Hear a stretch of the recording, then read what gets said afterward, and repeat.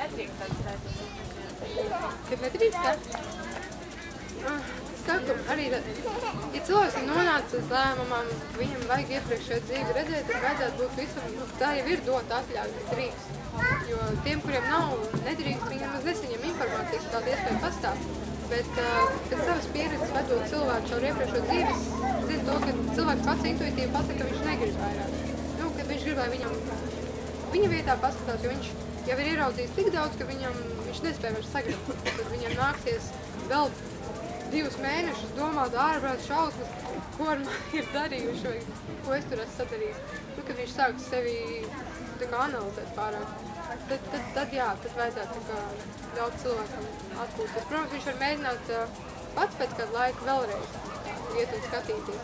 Tur ir tā, sevi ir jānoskaņo tam, ka tur var būt visi sādi momenti, nav īpaši patīkami, bet tā ar atļauju jau tiek dot tajā momentā, kad mums ir pieejama informācija.